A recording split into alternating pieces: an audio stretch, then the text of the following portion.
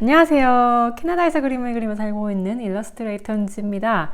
제가 한 주 동안 유튜브 커뮤니티랑 인스타그램 스토리에 질문을 받았었어요. 저는 뭐 한두 분, 두세 분 정도만 질문해 주실 줄 알았는데 생각보다 많은 분들이 다양한 질문을 주셔가지고 중복되는 것들은 하나로 묶어가지고 제가 답변을 해드리도록 하겠습니다. 첫 외주는 어떤 루트로 진행을 하게 되었는지에 대해서 질문을 해주셨었는데, 제가 처음 외주를 받았던 경로는 저의 상그림 계정을 통해서였거든요.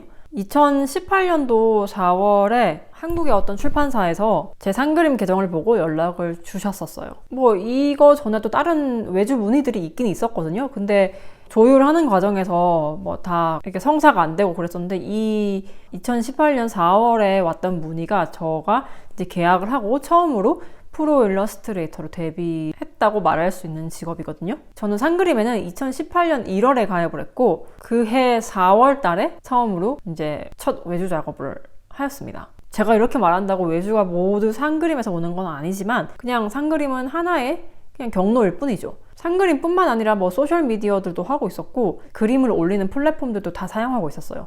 그 중에서 상그림을 통해서 제일 먼저 하게 된 거죠. 장비에 대해서는 예전부터 많은 분들이 질문을 주셨었는데, 장비를 신티크와 아이패드를 사용하고 계신 것 같은데 어느 정도 비율로 사용하고 있느냐, 아이패드 프로크리에이트로 외주 작업이 다 가능한지에 대해서 질문을 주신 분들이 좀 계셨는데, 저는 주로 대부분 디지털 작업을 하고 있고요. 쓰고 있는 장비는 와콤 신틱 16이랑 아이패드 프로 5세대 12.9인치 그리고 이제 애플 펜슬 2세대 이렇게 사용하고 있어요. 그리고 컴퓨터는 2017년형 iMac Retina 5K 27인치의 메모리 16기가인 걸로 쓰고 있고요. 랩탑은 요거 애플 맥북 프로인데 이것도 2017년형이고요. 13인치의 메모리는 8기가짜리 맥북 프로를 쓰고 있습니다. 아이맥이랑 맥북 프로는 refurbished 된 진열 상품, 전시 상품 뭐 이런 건데 이제 그걸로 좀 저렴하게 샀거든요. 애플 제품 좀 저렴하게 구입하고 싶으신 분들은 뭐 중고 같은 것도 괜찮지만 이렇게 애플 공식 refurbish 웹사이트가 있어요. 거기 들어가면은 조금 더 저렴하게 구입하실 수 있습니다. 제가 가지고 있는 신티크 16 언박싱이랑 조금 써보는 리뷰 영상은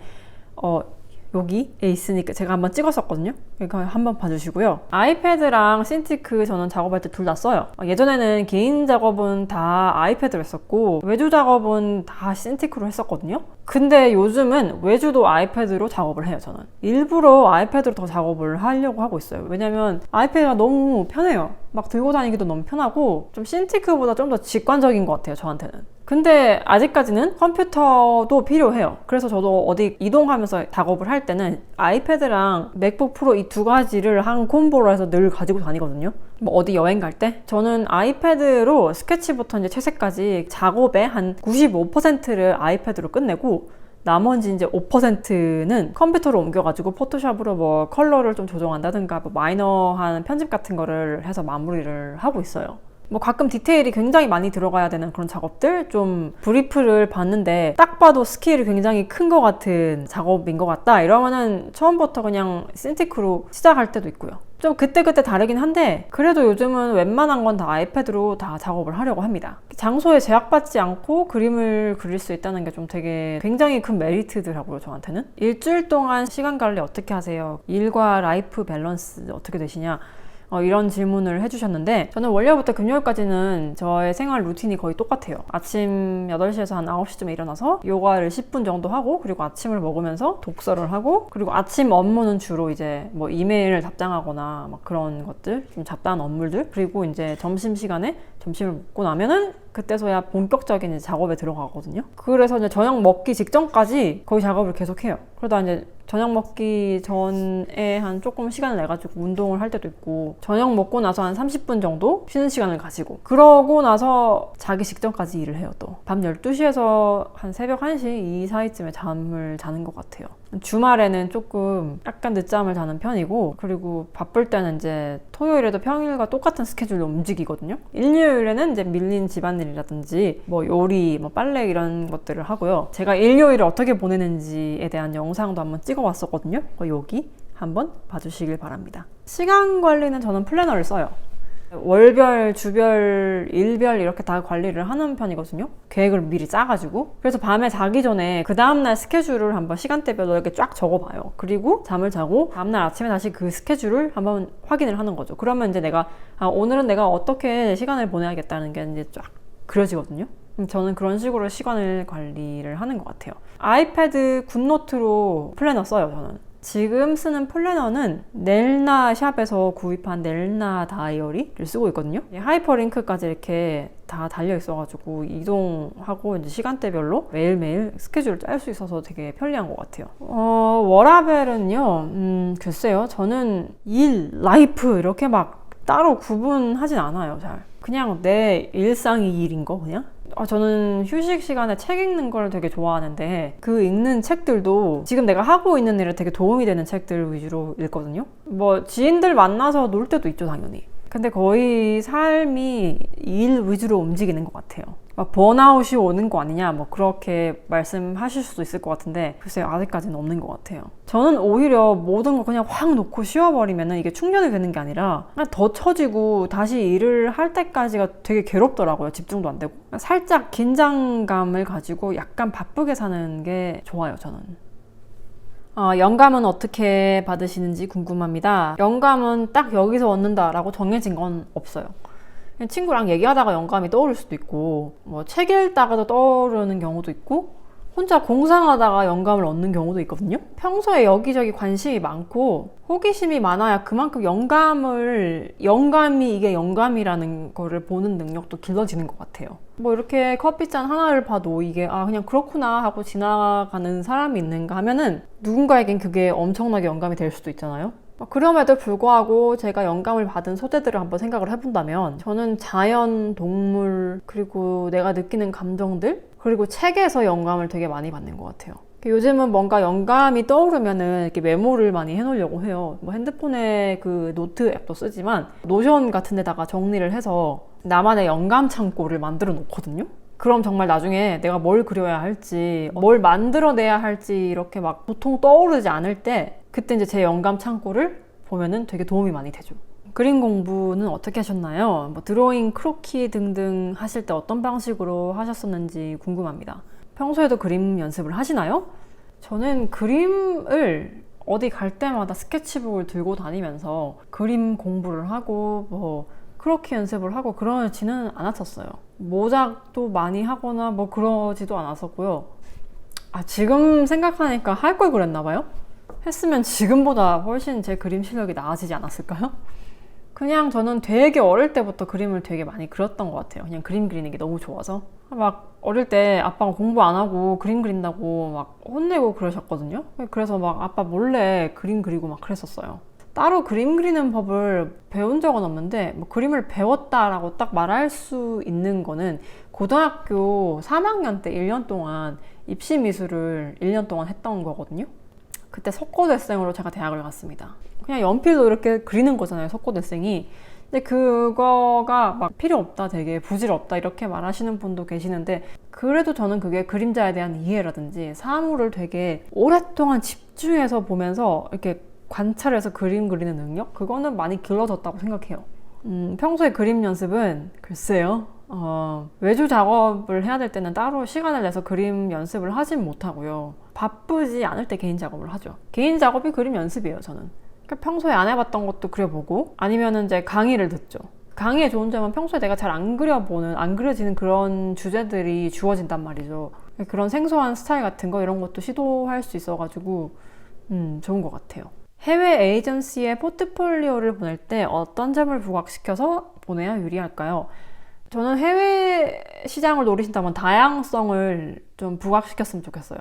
해외, 특히 이제 북미 쪽으로는 다양한 인종, 다양한 직업군, 성 정체성 같은 그런 다양성에 되게 민감하거든요. 피부색이나 머리 같은 걸로 다양한 인종들이 포함된 포트폴리오를 만드는 게 좀 좋겠죠? 그런 걸 좋아해요. 해외 에이전시에 들어가면은 에이전시가 세금 관리 같은 거, 그 회사원처럼 이렇게 관리를 해주는지 이런 거 물어보신 분도 계셨는데 아니요. 그렇지 않아요. 에이전시는 작가를 홍보해주는 거, 그리고 이제 클라이언트랑 계약하는 거, 그리고 이제 페이를 지급하는 거, 요 정도로만 해주는 게 일반적이고, 세금 관리도 세무사가 해주지 에이전시가 해주지 않는 걸로 알고 있거든요. 뭐 그렇게 풀 서비스로 세무사까지 데리고 있는 에이전시가 있을지 저도 잘 모르겠는데, 계약서 쓸 때 유의해야 할 점들은 어떤 게 있는지 궁금합니다. 계약서를 쓸 때 유의해야 할 점은 뭐냐면, 설정 계약이건 매절 계약이건 저작권 양도 계약이건 내가 무슨 계약서에 사인을 하는지 정확히 알고 계셔야 하는 거예요.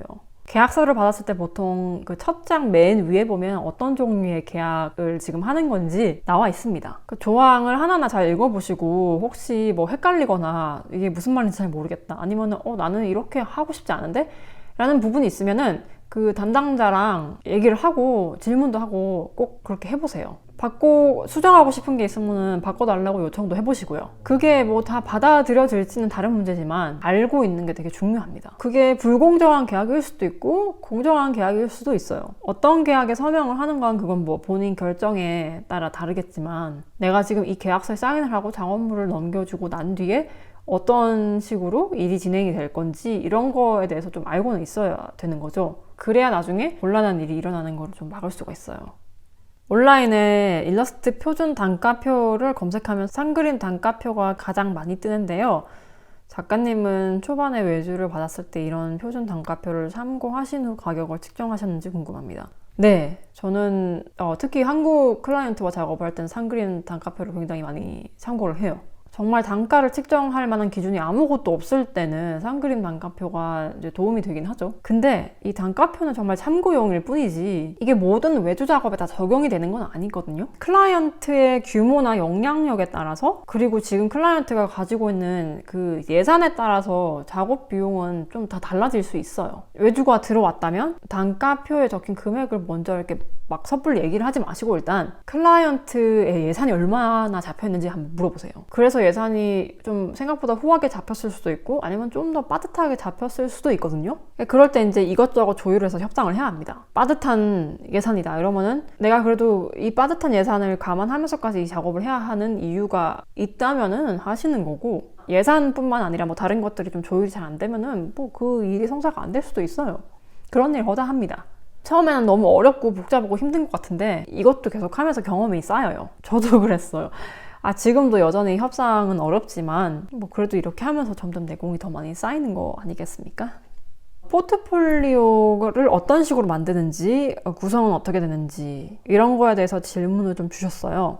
포트폴리오는 보통 이제 처음에는 표지부터 시작을 하고, 표지에는 본인 로고 같은 거 이런 거 있으시면 넣고, 이름, 뭐 연락처 이런 거 넣으시고요. 표지를 포함해서 보통 15장에서 20장 정도가 좋다고 하는 게 일반적이에요. 10장 이하는 너무 적고 20장 이상은 너무 많다라고 보통 얘기를 하거든요. 근데 뭐 이게 막 진짜 법적으로 정해지고 이런 건 없어요. 그런 일반적인 거에 훨씬 벗어나서 뭐 포트폴리오를 준비하시는 분도 계시기는 해요. 누군가가 내 포트폴리오를 봤을 때 어떤 느낌이 딱 들어야 되냐면, 오, 이 작가 그림 괜찮네? 좋은데? 이분 그림 좀 더 보고 싶다. 연락해볼까?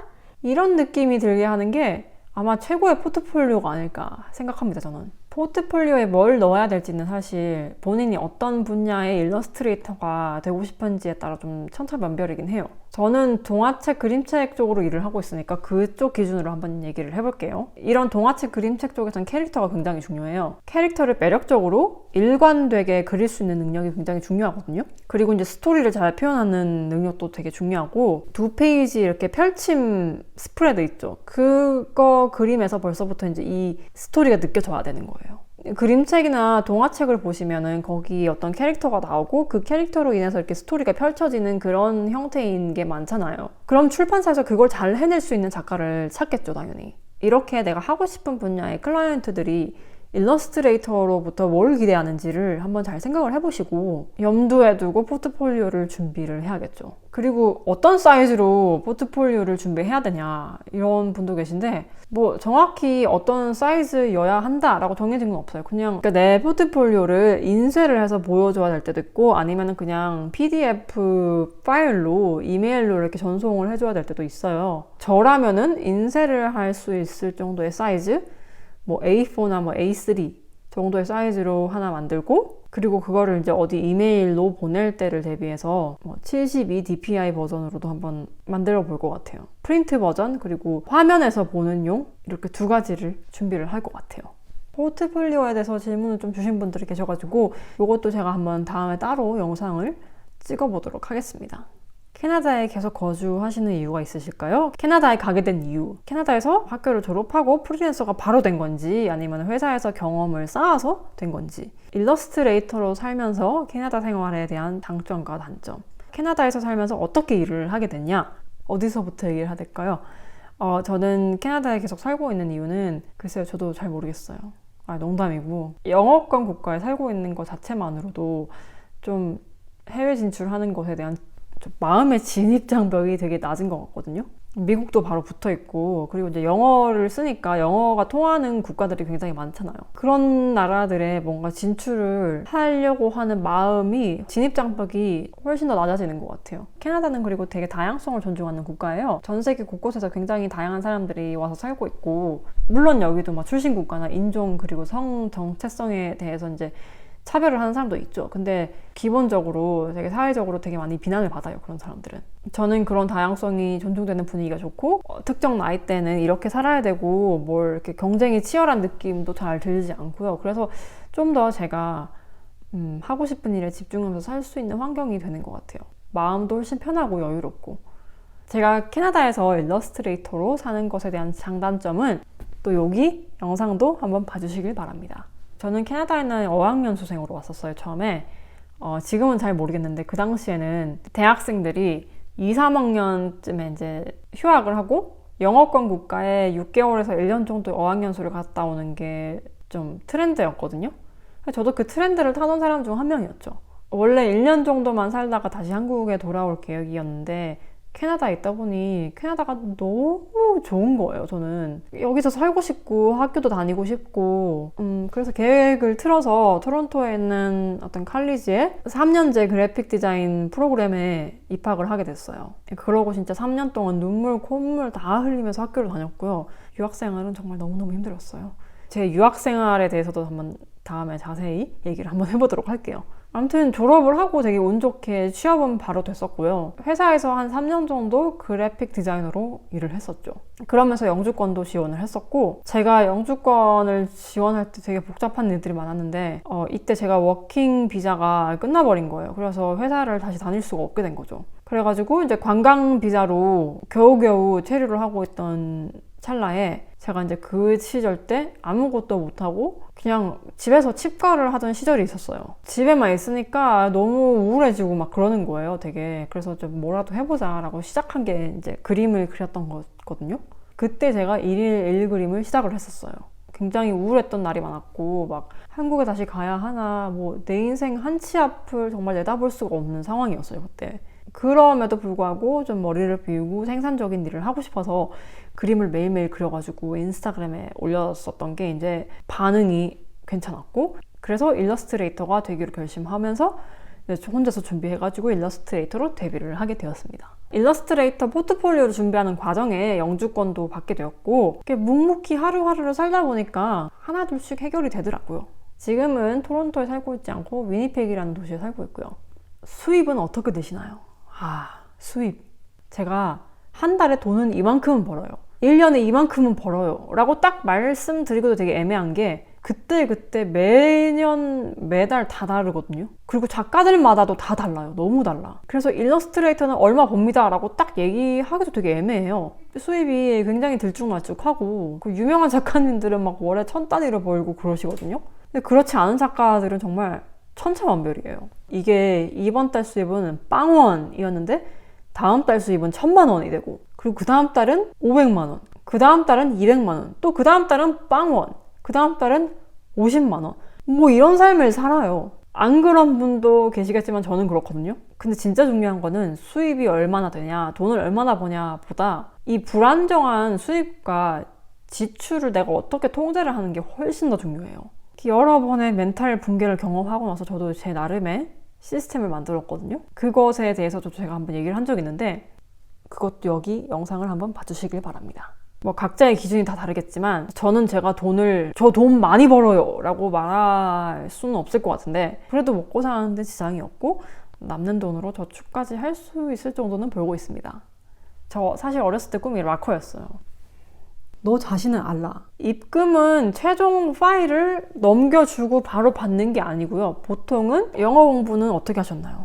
안 해본 사람의 입장에서 말씀드리기가 좀 그렇네요. 그림 외에 다른 취미가 있는지 중2 때 중2병 걸려가지고 이 세 가지가 버무려져서 지금의 스타일이 만들어진 것 같아요. 수입이 없어도 살아갈 수 있는 내 눈에는 한참 부족한 부분들이 너무 선명하게 잘 보인단 말이죠. 언제든 나는 열려있다. 이런 걸 풍기면서 이제 거절을 하는 거죠. 그러니까 저렇게 노력이나 해보고 불평을 하자.